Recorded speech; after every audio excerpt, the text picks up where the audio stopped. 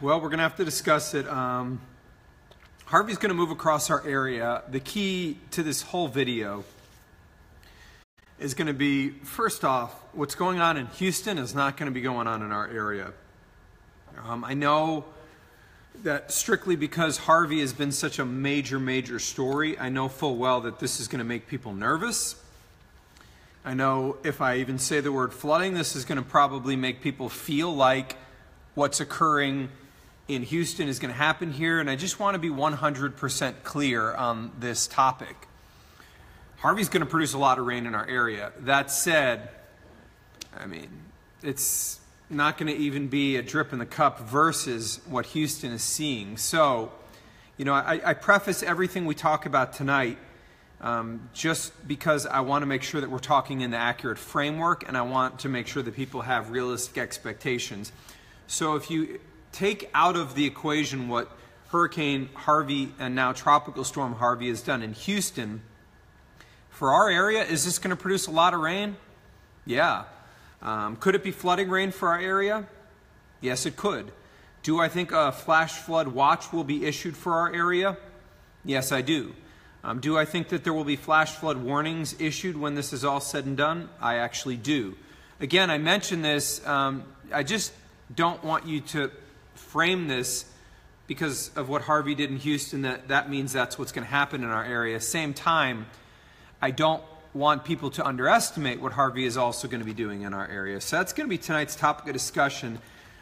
If you guys were with me last week, our Harvey Facebook Live video was the first one to get into the triple digits on shares. We made it to 100 shares. So tonight, the goal is now to make it and start our way to 200. I'd love to get over 1,000 shares tonight. If we can get up over 1,000 shares tonight, we will do it for the 101st night in a row, which is now going on 9 months above 1,000 shares. We're going to go through everything in the video, but what I would first like to do before I jump into this discussion is I'm going to actually share this to WDRB News and to WDRB Weather. So I'm going to throw 2 shares into the mix. Simply put, with about 400 eyeballs in here tonight, if everybody shares the video 3 times, which I think is quite reasonable. Remember, your multi-shares do count. But if everybody shares the video 3 times tonight, it's an easy 1,200 plus shares. After you guys share the video, let me know down below. If you guys are wanting a shout out from me, remember at the end of the video when we open it up to Q&A, that I will be able to give you guys that for your shares. So let me quickly share this on a WDRB News, and I'm going to share it onto WDRB Weather as well, and then we'll jump into our discussion here tonight. But, you know, like I said, I know that this one's going to be, I know that this one's going to have a lot of people nervous, uncomfortable. I know that this one's going to cause some fear. So what I wanted to do tonight is spend some time looking at the data, talking about how much rain is going to occur in our area, so everybody basically will have some realistic expectations as we move forward on this one, because I kind of feel like when you know what to expect, in a sense like this, knowledge is obviously power. So one more share, and then we'll jump into our discussion. One more share from me. So I've shared it onto WDRB Weather. Now I'm going to share it onto WDRB News, and hopefully you guys are doing the same. If you're sharing the video now, if you get it out there early, it just makes our job easy later in the video. Goal once again tonight is to get up over 1,000 shares for the 101st consecutive night. So Harvey will be known for a number of things. Harvey made landfall near Rockport, Texas, produced an unbelievable amount of damage. Harvey then got stuck. Somebody asked me, is Harvey different than any other tropical system, or do they all produce heavy rain like this? The answer is they all produce heavy rain. What makes Harvey different is that they don't all get stuck. Hurricane George, which is a hurricane I chased in the early 2000s, produced about 39 inches of rain in 2 days. So this happens. You know, what doesn't normally happen is that a storm gets stuck for 4 days, which is what happened with Harvey. I will remind you guys, I said this when we were talking about Harvey on Friday, don't only think about Texas and pray for them. And I think that is very important to do. But remember, action is equally important. And what I would ask you guys to do is find a way that you can help. We've had our fair share of tragedies here. We've had the 1974 tornadoes. We had the Henryville tornado of 2012. We had the ice storm in 2009. And what I would say is, remember, everybody came to our aid when we needed them. And let's come to the aid of Texas when they desperately need our help. Let's not just talk about it. Let's show our support with action. So as we look, and what we have on the current is we have Harvey still spinning off the coast of Texas. Harvey is no longer the wind producer that it originally was. The center of Harvey right now located over the ocean near Galveston, and you can see the motion on Harvey right now is taking it off towards the north-northeast. And this is going to be our story tonight, is Harvey. As it stands right now, Harvey has 50-mile-an-hour sustained winds. Harvey is a tropical storm. Harvey has the potential to produce up to 65-mile-an-hour wind gusts. Harvey's drift is east to northeast, and the pressure right now is 994 millibars. The National Hurricane Center forecasts Harvey by Thursday morning to be in the northern part of Louisiana. And you can see the National Hurricane Center is basically taking this up into the land between the lakes and then bringing it up the Western Kentucky Parkway and then eventually through the Bluegrass Parkway into eastern Kentucky. The track, you can see, takes it south of Louisville. The reason I mention this is the southern quadrant of storms can and do sometimes produce tornadoes. The northern quadrant is normally cooler, a little bit more quiet, but at the same time it can produce the most excessive rain. So if that's the case, as we're going to look at the data, we would expect a swath of heavy rain to be occurring from northeast Arkansas, Boot Heel, Missouri, northwest Tennessee, western Kentucky, and then on and along the river. And as we look at the data, that's the area that we're going to need to focus in on. This is what we call the spaghetti plots, and you can see virtually all of the computer models are bringing this up near the Western Kentucky Parkway into eastern Kentucky. Some of the data as far north as the river, but all of the data is taking this and putting it on a track to take it right across our area. So we need to talk first about rain potential on the remnants of Harvey as they move across our area. Now, before we look at this data, I want to get everybody's attention and I want you guys to stop and listen for a moment, okay? Everybody is listening. What I'm going to show you is various computer model output for rainfall here through the next 3 days. I'm going to show you different computer models. What I want you to understand is as we look at these models, some are going to bias high, some are going to bias low. But my analysis as a meteorologist is what I want you to focus. I feel like since we're doing a Facebook Live video, I can frame everything we're going to talk about with my words. So I'm going to show you all of the data and discuss it. I mention that so that you guys don't go into full-on shock as you look at the NAM computer model. So the NAM computer model is a high-resolution model. The NAM computer model tends to deal with convective thunderstorm-type systems better. Will Harvey have convective precipitation? Absolutely. Which makes the NAM somewhat disturbing as you look at the rainfall amounts that it's showing in our area. So the NAM computer model here is showing a swath in the area we spoke about coming into western Kentucky, moving up the Western Kentucky Parkway into our area. And you can see the NAM computer model is showing some outrageous rain totals. Do I think the NAM is real? My opinion is the NAM is probably overstated as it is. Does this mean this is impossible? It doesn't. But it means that we're on the very, very, very high range. There's no question, though, when you look at this, it is somewhat shocking. The NAM shows over 3 inches in Seymour, 5 in Madison, 5 in Frankfort. It shows nearly 7 in Louisville. It shows 9 in Elizabethtown. It shows 4.7 in Tell City and 4.7 in Campbellsville. But let's do our diligence and look at all of the computer models.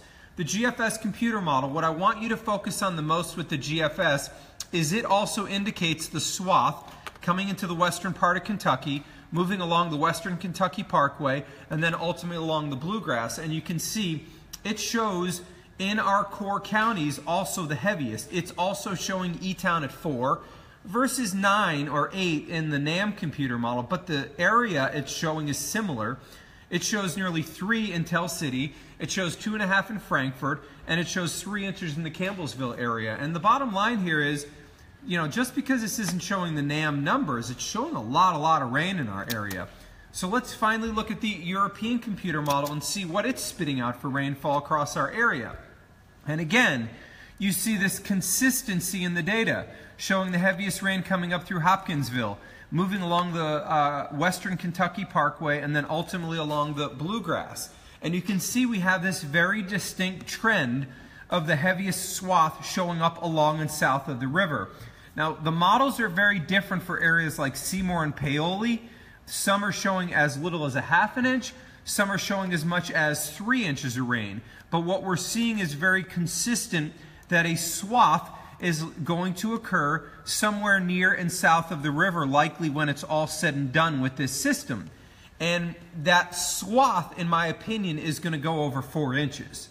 In my opinion, some are going to receive more than 4 inches of rain when this is all said and done. I feel confident that some are going to get very, very, very heavy rain as this system moves across the area. To underscore that, I want to show you the Weather Prediction Center, which is a branch of the government, the National Weather Service in a sense. And I will tell you, WPC has some really, really good forecasters. And you can see WPC has a swath along the Mississippi River between Mississippi and Arkansas, in the western part of Tennessee, and a swath that extends into southwest Kentucky. And I want to show you specifically this area because I want you guys to see what we're really talking about. And I'm going to see if I can actually pull Memphis so you can really see what we're talking about. Memphis is right here, and WPC is showing 8 inches of rain in Memphis. Now that's going to move up and basically northeast. And you can see the WPC is showing as close as Evansville and Owensboro in the neighborhood of 6 inches of rain. It is showing west of Hopkinsville near 7.6 inches of rain. It's showing near E-Town at 5. It's showing near Brandenburg at 4.6. WPC has Louisville at 3.9 inches of rain and has Frankfort at around 3.2 through around Lawrenceburg. WPC tails off the rain as we go into the northern part of our area. But you can see WPC feels confident enough based on what we're seeing that a heavy swath is going to occur near and south of the river with some exceeding 5 inches of rain. I know the next part of the question that people are going to have would be wind potential. Are we going to see, and I want to address quickly. I know people are going to say, or be curious, Ike came up into our area in 2008, and anybody like me that experienced Ike knows that it was a destroyer.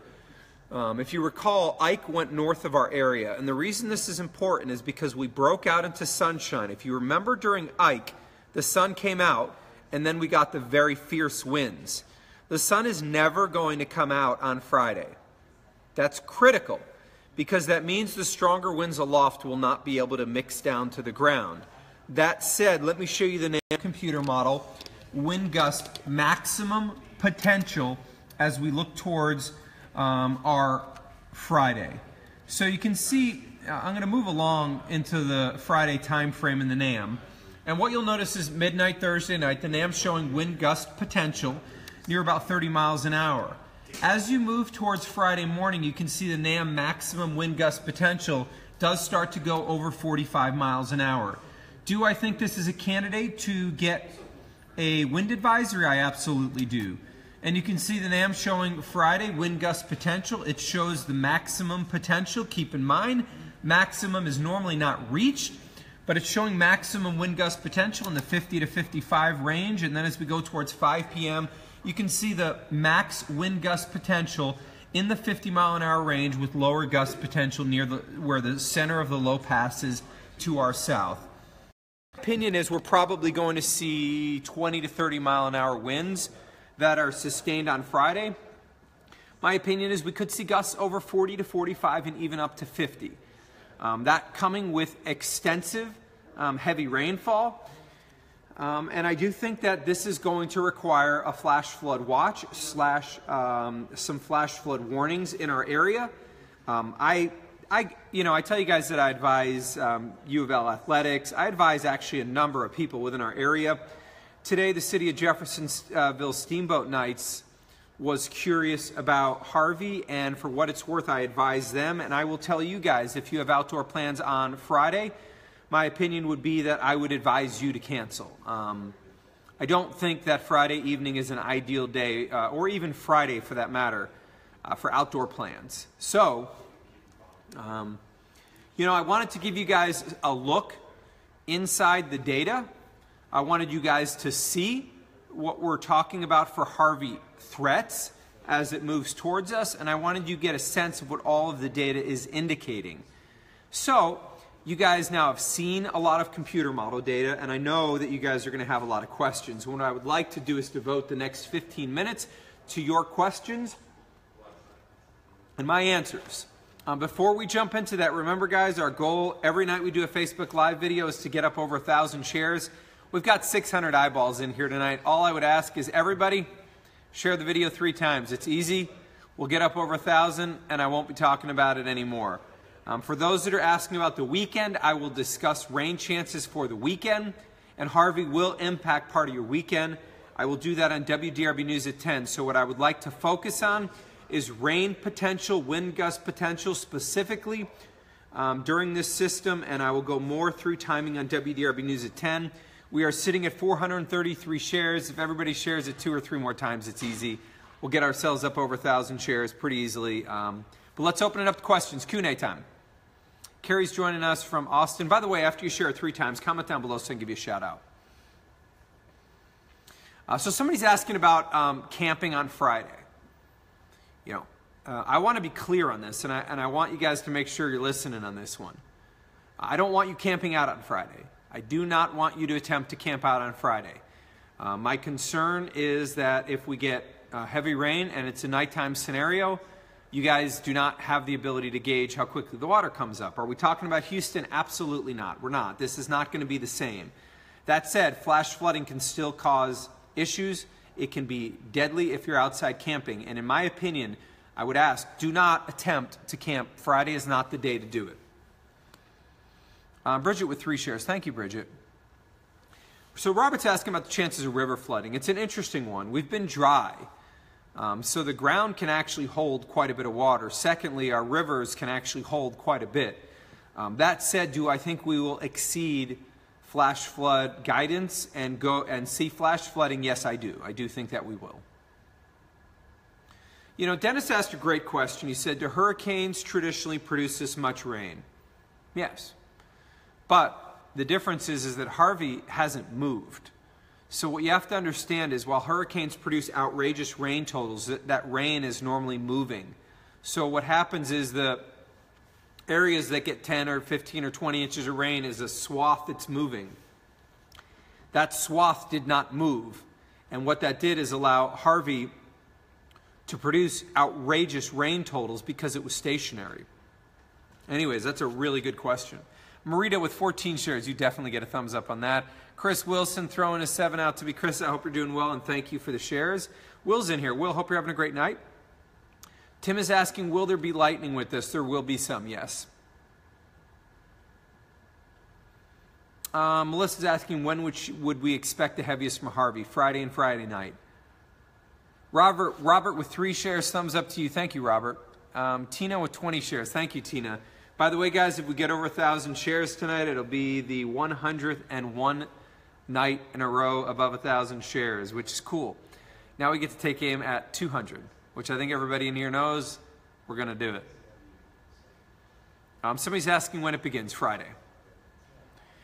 So Karen's asking about Friday night football in E-Town. I spoke with the newsroom today, and what I was informed on by them is that we're seeing some Friday night football being canceled and moved towards Thursday. And if I was advising your school, I would advise them to cancel Friday night football and move it towards Thursday. I feel like Thursday you've got a good chance of getting those games in. On Friday, I don't. And you can play this video to your school district and let them listen, but that would be my advice, is to not have the Friday night football games on Friday. So Robert's saying it went from a tropical storm to a Category 4 in 72 hours. It did.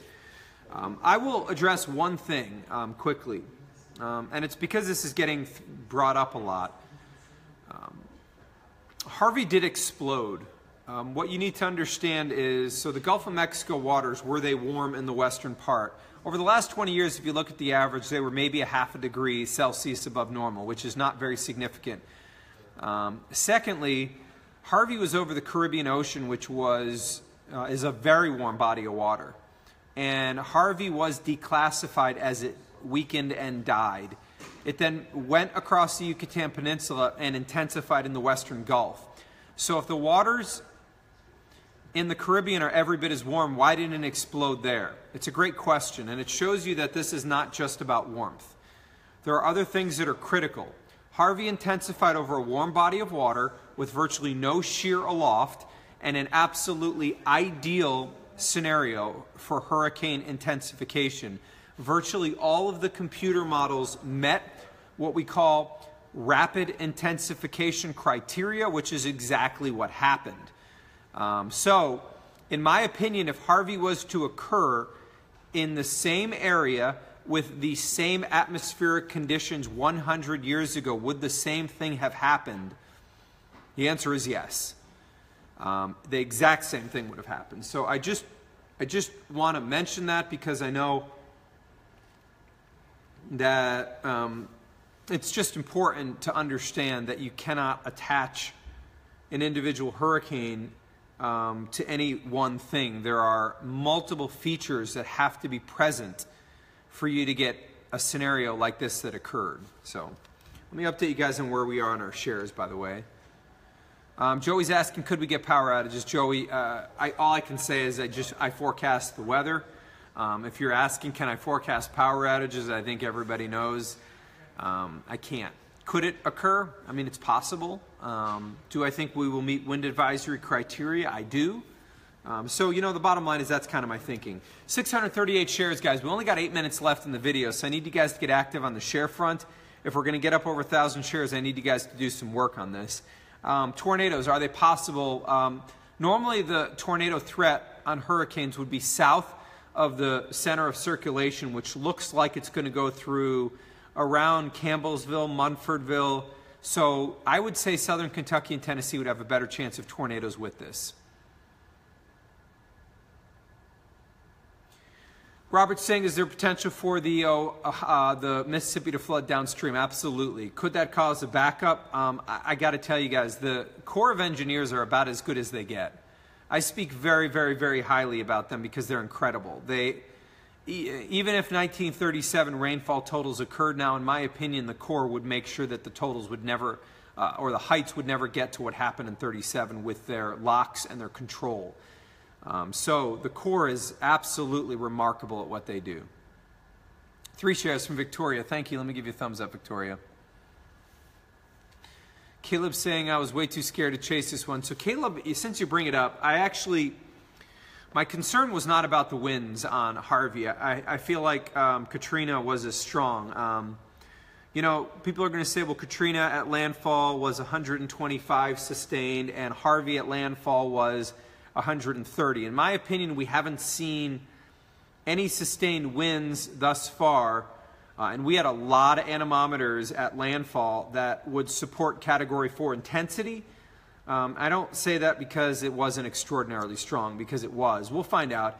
But I wouldn't be surprised after the season if the National Hurricane Center doesn't downgrade because the lack of observations of anything near 130 sustained. I think the strongest I saw was about 115-ish with gusts to 130. But I feel confident that I could have chased this thing safely.